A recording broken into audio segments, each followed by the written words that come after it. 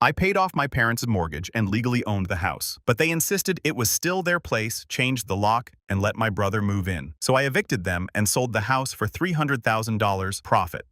I'm 26 now. But this part of the story starts when I was 19. Back then, I lived with my parents, Ronald and Cassandra, my older brother Ben, and my younger sister Abby. I worked part-time doing small electrical jobs and whatever handyman work the neighbors needed. In my house, though, none of that counted. I was already the guy who fixed anything that broke, picked up after everyone and ran errands without being asked. Ben graduated college that year. The degree wasn't useful, but you wouldn't know that from the celebration. Cassandra rented a whole banquet hall, hired a photographer, ordered a giant cake, and decorated the place like Ben had just won an award for saving the country. I didn't even get to sit with the family. I spent half the day adjusting lights, moving tables, and taking photos. Because you're good with cameras, Annie, you know how these things work. Ben walked around in a suit he didn't buy, shaking hands and smiling like the whole world was waiting for him to take over. Ronald kept introducing him to people as our future leader and telling everyone that Ben was destined for success. I carried trays, cleaned spills, and ran to the store twice because Cassandra wanted different napkins. I didn't complain. At that age, I still believed helping was normal. The party cost around $5,000. They didn't hide it either. Cassandra bragged about it to anyone who would listen. I remember standing near the back wall holding the camera strap, watching Ben get another round of applause for a degree he barely scraped through. Cassandra hugged him again while telling him how proud she was. No one even said my name the entire night unless they needed something moved. 2 months later, Abby graduated high school. The celebration wasn't as massive, but it still looked like a commercial. Ronald bought her a used car with a big bow on top, and Cassandra filled the backyard with decorations and catered food. Abby sat in the center like some celebrity while people handed her envelopes and gifts. She didn't even look at half of them.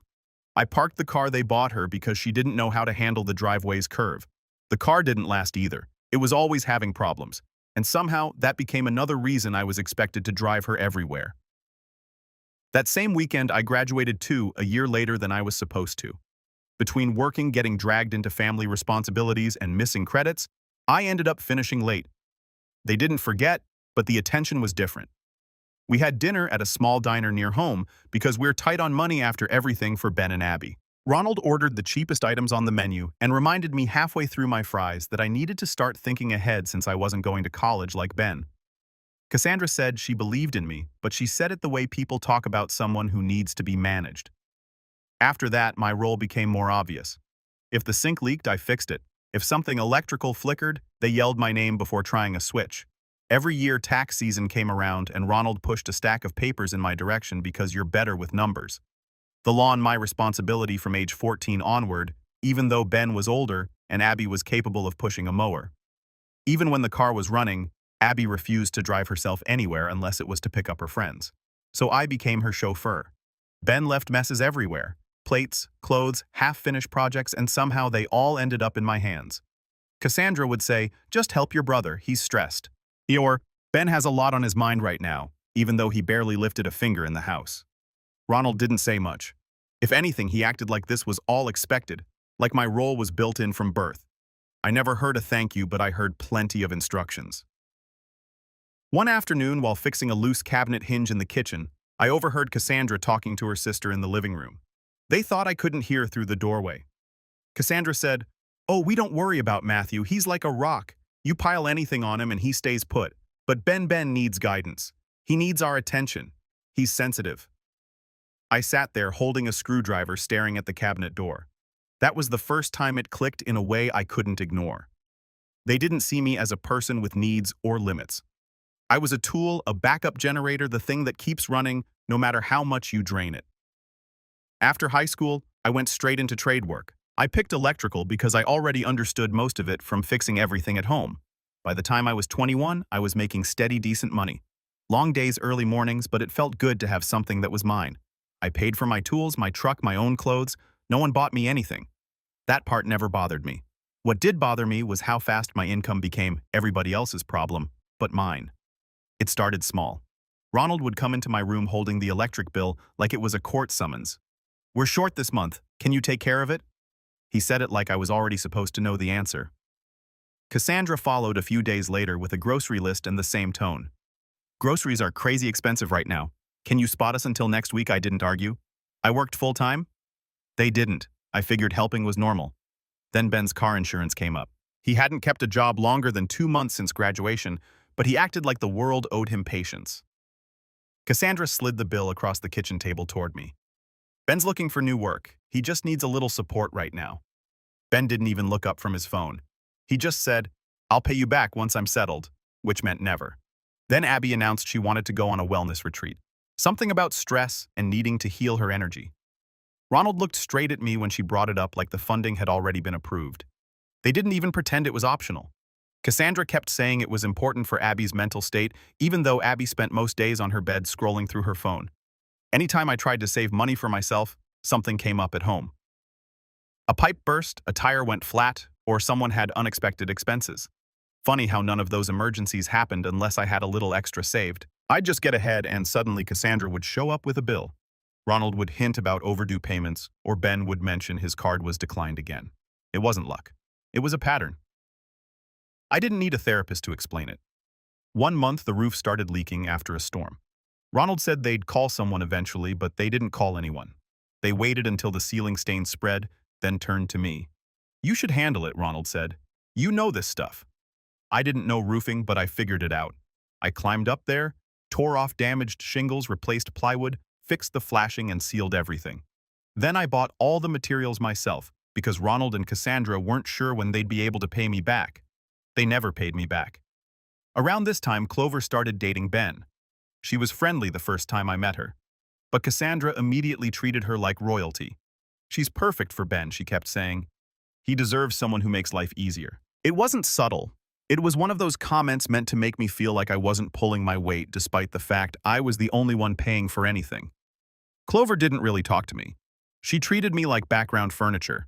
Ben acted proud like landing her was some achievement. Cassandra practically glowed every time Clover came over offering her drinks, food, anything she wanted. Meanwhile, I was in the garage, rewiring a broken outlet Ronald had overloaded again.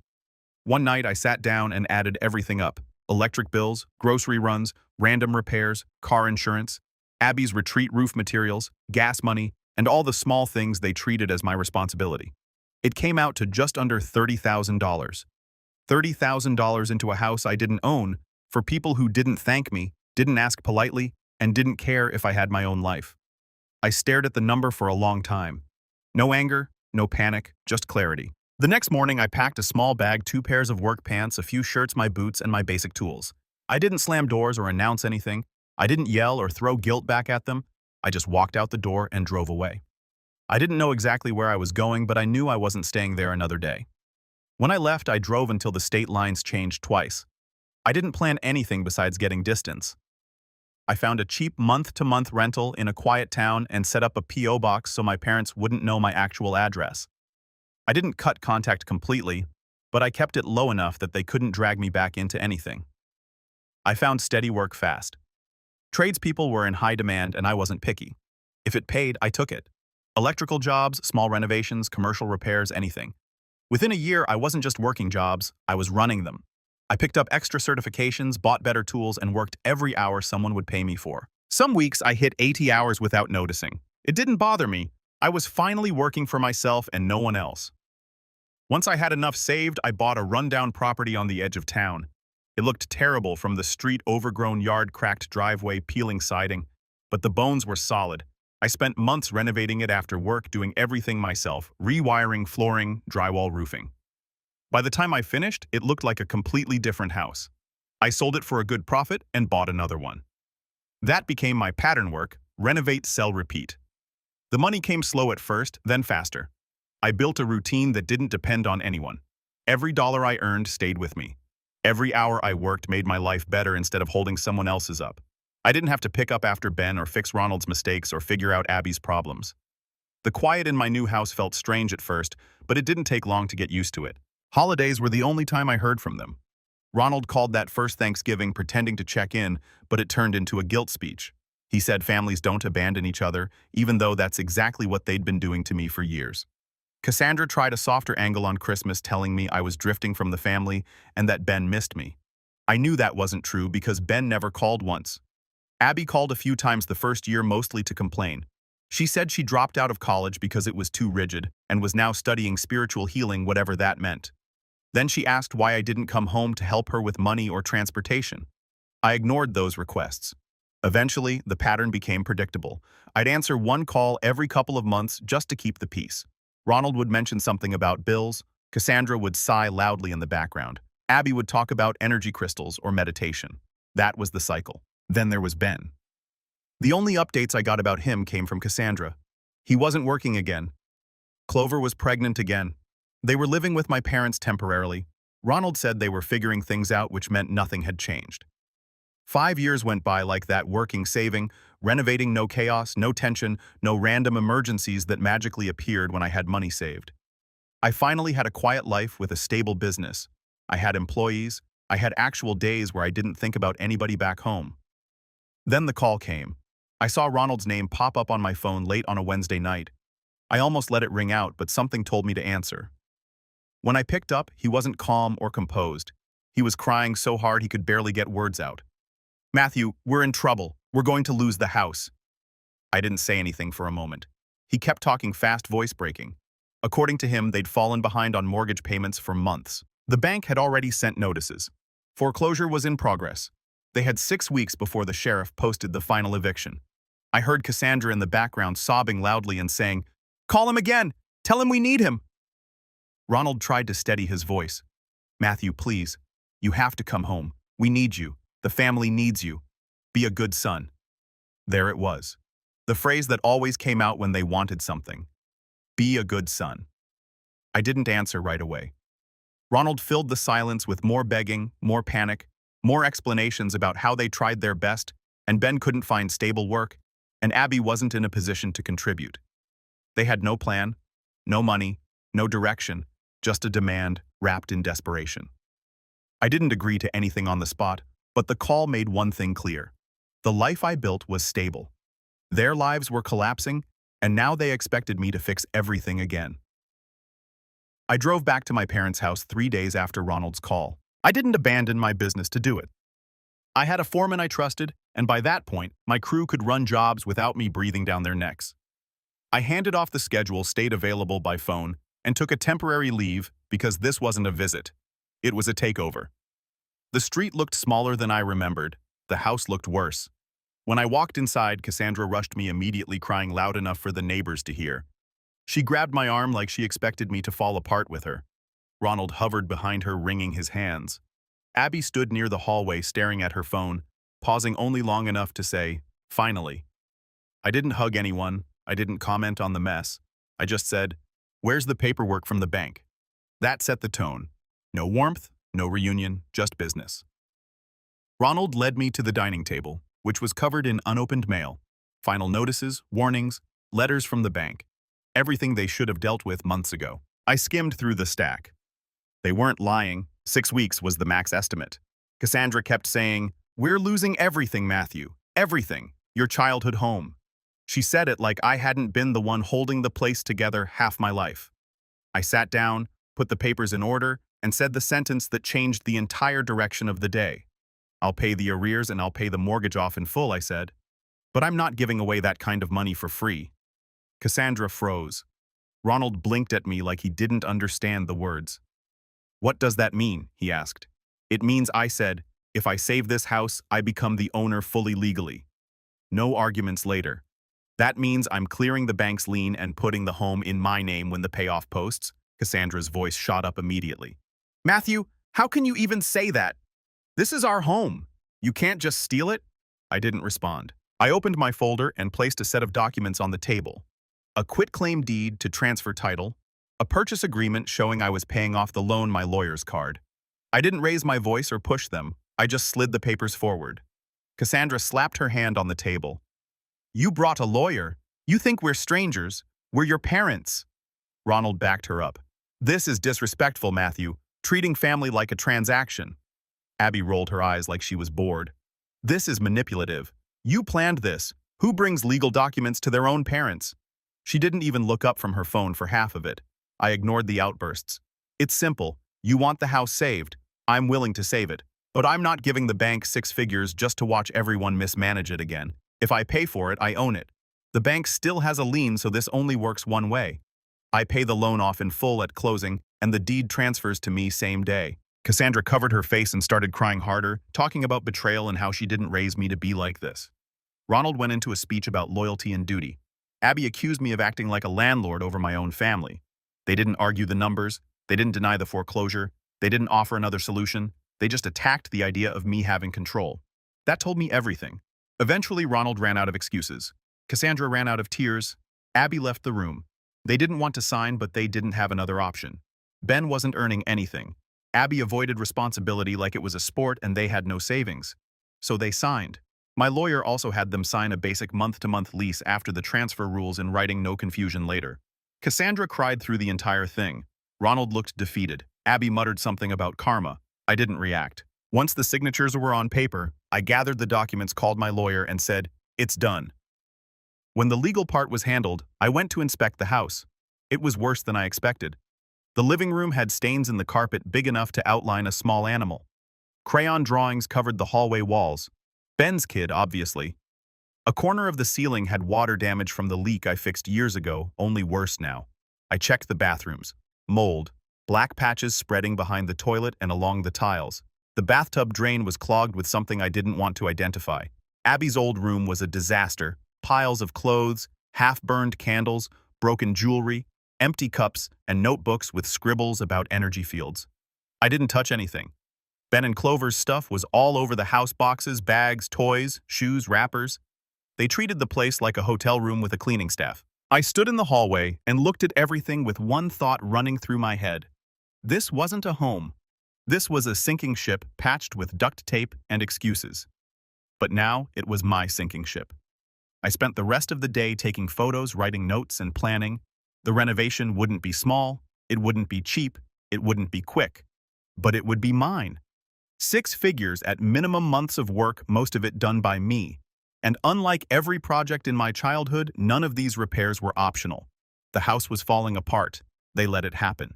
Now I had to rebuild it, not for them, not for nostalgia, for ownership, for control, for a future that wasn't chained to chaos. Once the paperwork was finalized and the mortgage was paid off, I started the renovation. I treated it like a full-scale job site. No shortcuts, no patchwork, no putting things off. The house needed more than repairs. It needed rebuilding from the inside out. The first 2 weeks were demolition. I ripped up old carpet, removed rotten baseboards, and tore out the sagging kitchen cabinets. Underneath everything was water damage, mold patches, and cheap fixes Ronald had done years earlier that barely held anything together. I kept working sunrise to sundown. Ben didn't lift a finger. Most mornings he was already on the couch gaming by the time I started hauling debris to the dumpster.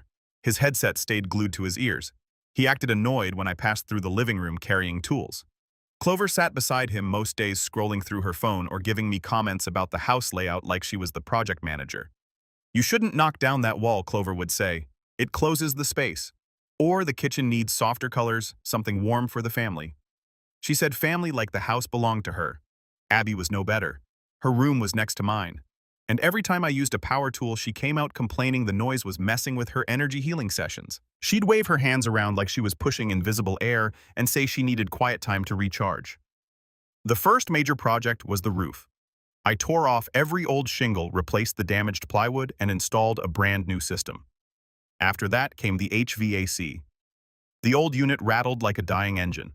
I put in a modern system with better ventilation and zoning. Ronald stood next to me while I worked, acting like he understood it all. "I would have done that years ago," he said once, arms crossed. "Just needed the right timing." Cassandra chimed in whenever she could. "Make sure you leave room in the kitchen for the island, but not too big, and don't block the walkway. And Ben needs space to prepare snacks." She said it like Ben actually used the kitchen. When I installed the new electrical system, Ronald felt the need to critique everything. "Those outlets are too high," he said. "Ben won't like bending down."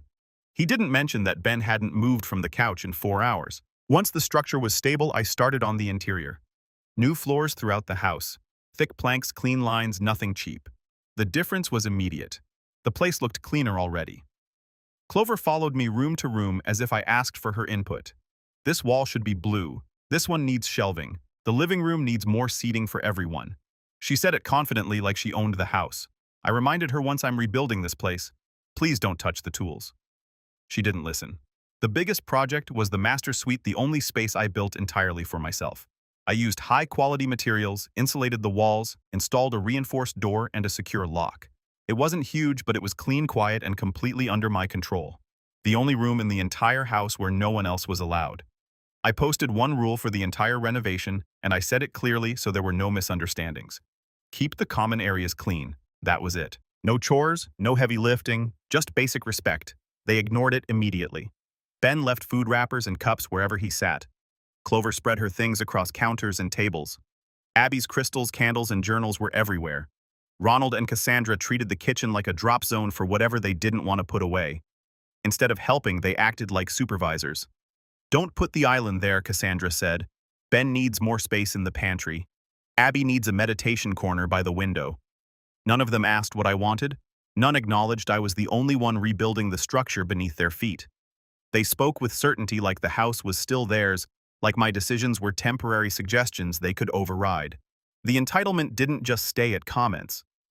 One afternoon, I walked in from the hardware store and overheard Ben saying, "Matthew only owns the house on paper. Mom and Dad won't let him do anything big. He knows better." Clover nodded. "He's too soft to kick anyone out." Abby added her own version to Clover later. "He acts tough, but he won't actually move us. He's not built like that." They said it casually, as if I wasn't even in the conversation, as if I was weak for not exploding or threatening them. I stood in the hallway listening. They didn't stop. They didn't lower their voices. They assumed I wouldn't do anything. I didn't respond. I didn't call them out. I didn't correct them. I just kept working. I poured close to $200,000 into a house everyone treated like a vacation rental. And every day, their entitlement got louder. I kept my silence. They mistook it for weakness. Clover had already been around the house constantly. But the day she moved her suitcases in, Cassandra announced it like it was a community decision. "She'll just stay until the baby comes," she said, patting Clover's arm as if she were welcoming royalty. Clover didn't wait for permission. She walked straight inside, dropped her bags in the hallway, and made herself at home. From the moment she settled in, she acted like the house belonged to her. She walked through the rooms slowly, studying everything I'd built, pointing out things she wanted changed. The next morning, she came to me while I was checking measurements in the kitchen. "The master suite is way too big for one person," she said. "You should move your stuff to the basement. It makes more sense for a family to have that space." She said it calmly, like she was discussing the weather, not asking me to vacate the only room in the house I had kept private. I didn't answer her. I just kept looking at my notes. She took my silence as hesitation. "The baby needs room," she added. "You'll be fine downstairs." Later that afternoon, Ronald pulled me aside in the living room. "Son, don't be selfish," he said. "They have a child on the way. Clover needs comfort." He spoke like this was already decided. Cassandra followed. "Think of the family," she said. "You're young, you don't need that much space." It was interesting hearing them talk about space as if they'd paid for any of it. They'd spent years letting the place fall apart. I was the one who rebuilt it board by board, dollar by dollar. But none of that mattered when they wanted something. The pressure didn't stop there. The small aggressions started piling up fast. My tools, which I always kept organized, began disappearing.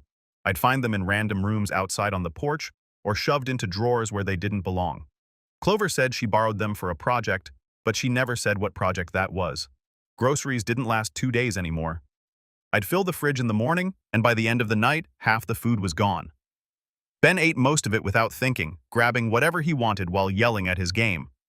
Clover helped herself to everything else, claiming pregnancy cravings as an excuse. Abby went through my snacks because spiritual healers need clean energy sources. Laundry wasn't safe either. Whenever I left clothes in the washer, Abby would pull them out mid-cycle and throw them onto the floor so she could wash her delicates. She acted like it was my fault for not babysitting the machine. Every day felt tighter, smaller. No matter what I did, someone found a way to step over my boundaries. I got used to opening drawers and finding my things missing. I got used to food disappearing faster than I could replace it. I got used to Clover giving orders like she owned the deed. But the line I drew, the one place I didn't allow chaos, was the master suite. That room was mine. I built it, paid for it, and designed it to stay untouched. No one was allowed inside. The lock was there for a reason. One night after a 14-hour shift on a commercial job site, I came home dead tired. My hands were sore, my clothes were covered in drywall dust, and all I wanted was a shower and sleep. I walked down the hall toward my suite, ready to shut the door and disconnect. Before I reached it, I heard laughter from inside. Not just any laughter, relaxed, comfortable, settled laughter. Clover's voice, Ben's voice, and the sound of the TV playing something loudly. I stopped, looked at the door, tried the key. It didn't turn. I tried again. Nothing. They had changed the lock. I could tell they didn't do it carefully either. The hardware was scuffed and the frame had fresh marks like Ben had muscled it and called it good enough. My hand stayed on the doorknob for a few seconds, while the noise inside continued. Clover talking about paint colors, Ben joking about taking the big room, and the sound of someone unpacking bags. I stepped back and looked at the door. They hadn't asked. They hadn't warned me. They didn't even pretend to respect the one boundary I'd set. Cassandra appeared behind me in the hallway as if she'd been waiting. "Don't make this dramatic," she said. "It's our house. Clover needs the space. You'll understand when you're a parent." Her tone wasn't apologetic. It was irritated, like I was being unreasonable for wanting access to my own room. Ronald appeared a moment later and nodded at her words. Abby peeked from the end of the hall, smirking like she had predicted this exact outcome. None of them looked ashamed. None looked concerned. They all acted like swapping my lockout and taking my private room was normal. I didn't argue. There was no point. Arguing would only feed their belief that the house still belonged to them. I wasn't going to beg for what I already owned. I looked at the door one more time, not because I was unsure, but because something inside me shifted quietly, cleanly. My voice didn't rise, my hands didn't shake, my chest didn't tighten. I just went silent. Not the kind of silence that came from exhaustion, the kind that comes right before a decision, a final one. When I left the hallway that night after Cassandra told me it was their house and Clover needed the space, I didn't say anything. I didn't sleep either. I stayed in my truck for a while, just letting the engine idle while I stared through the windshield. I eventually went inside only to grab clean clothes and a shower. I walked toward the master suite to see if maybe someone had come to their senses. They hadn't. Instead, everything that belonged to me, every personal thing I had kept organized in that room, was dumped in the hallway like trash. My work clothes were scattered across the carpet. My toolbox was open, half the sockets missing. My PC case had a dent in the side panel. My safe, which weighed enough that no one should have been touching it, was sitting crooked against the wall with scratches across the top. Someone had clearly dragged it out. I stood there looking at the mess, and there wasn't any shock left in me. No anger, no disbelief. They had already broken the lock on my room. This was just the next step. The master suite door opened. Ben walked out wearing my robe, drinking from my cup, and stretching like he'd had the best sleep of his life. He smirked when he saw me. "Relax, man. Mom and Dad said it's their house. Couch won't kill you."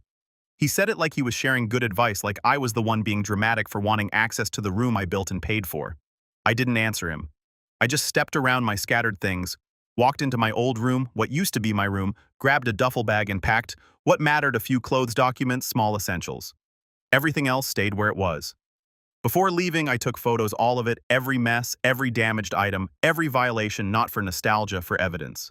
I walked out of the house without telling anyone. Ronald called after me once asking where I was going, but I didn't answer. I drove straight to a hotel on the other side of town, paid for a week up front, and sat on the bed with my phone in my hand. Then I called my lawyer. I explained everything. The lock change, the property damage, the takeover of the master suite, the displacement, the ongoing disruptions. He didn't hesitate. "We'll move forward immediately," he said. "You have full ownership and a signed lease agreement with your parents. They've breached it." For the first time in a long time, something felt simple. 2 days later, the paperwork started moving. I came back on a Thursday evening with everything my lawyer could do, fast. Not the eviction itself, but the first step that made it inevitable. Through the window, I could see them at the dinner table laughing like nothing had happened. Ronald carving something, Cassandra pouring drinks, Clover eating like she owned the kitchen. Ben talking loud about some online tournament, Abby scrolling while she chewed. I walked in without knocking. The table went quiet for a second, not from guilt, just surprise. Cassandra forced a smile. "Matthew, sweetheart, grab a plate." I put an envelope in front of Ronald and Cassandra. "Notice of termination?" Ronald skimmed it, then slammed it down. "You're evicting your own parents. Are you insane?" Before the shouting could build, I placed more papers on the table, one in front of Ben, one in front of Clover, one in front of Abby. Notices to vacate. Unauthorized occupancy. Ben stood so fast his chair scraped. "You're kidding!" Clover's face pinched. I'm pregnant. You can't do this, Abby snapped. You have no soul. And Cassandra started in with the same line she always used when she wanted control back. This is our home. Our home. I stayed calm. You changed my lock. You dumped my property in the hallway. You damaged my things. You violated the agreement. This isn't a debate. It's notice. Ben stepped toward me. We're not leaving. I didn't step back. Then you'll explain that to a judge. I walked out while the yelling chased me to the door. The next few weeks, they didn't leave because of course they didn't. They treated the papers like a tantrum, something they could ignore until I got tired and folded. So my lawyer filed. There was a court date, then another step, then the ruling. They showed up acting offended like the whole thing was a misunderstanding and I was just being dramatic over a room. They tried guilt. They tried tears. They tried anger. None of it mattered. The judge looked at the deed, the signed agreement, the photos, the lock change, the property damage, and then it became simple. Judgment granted. Writs issued. Set out day. The sheriff came on the scheduled day not as a surprise, not as a threat, as the final step. He posted the notice. He explained the timeline. He gave them the last window to move what they could move. Inside the house, it was instant chaos. Cassandra cried loud enough for the neighbors to hear. Ronald argued like volume could change paperwork. Abby stuffed things into bags while complaining about energy. Clover paced the yard on the phone, telling anyone who would listen that I had destroyed her future. Ben stomped around grabbing electronics first like priorities were a joke. None of them packed like people who believed consequences were real. I stood by my truck, not gloating, just watching the process finish. Ben eventually came out to me crying for real now, voice breaking. Please, man, he said, please don't do this. My mom and dad are kind of homeless now. Clover's stressed out. The baby, everything is messed up. We got nowhere to go. You can't leave us like this. I looked at him and felt nothing sharp anymore, just finished. Ben, I said, try getting a job. He collapsed into tears like the floor had dropped out from under him. I walked past him without another word. The sheriff finished his part. The locks were changed. The house was quiet. I cleaned up what I needed to clean. I contacted a realtor. Within weeks, I had an offer I couldn't ignore. The closing took longer, but when it finally cleared, it was far more than I'd put into it. When the final payment cleared, I sat in my truck and scrolled through the list of contacts I'd spent half my life trying to satisfy: Ronald, Cassandra, Abby, Ben, Clover. One by one, I blocked them. Right before the last block, Ronald sent a final text. Son, come home. We can fix this. Blocked as well. That was the end.